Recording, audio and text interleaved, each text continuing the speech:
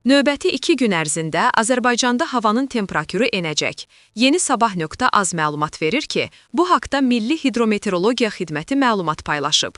Bakıda və Abşeron yarımadasında sentyabrın 26-sı axşamdan 28-i səhərədək bəzi yerlərdə arabir yağış yağacağı gözlənilir. Yarımadanın ayrı-ayrı yerlərində yağışın qısa müddətli leysan xarakterli olacağı, şimşək çaxacağı ehtimal edilir.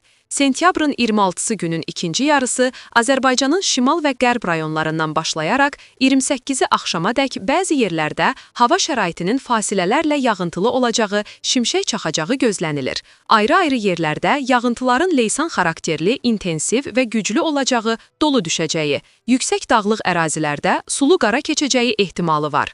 Çaylarda sululuğun artacağı, bəzi dağ çaylarından qısa müddətli sel keçəcəyi gözlənilir. Ölkə ərazisində havanın temperaturu keçən günlərlə müqayisədə tədricən 5-8 dərəcə aşağı enəcək.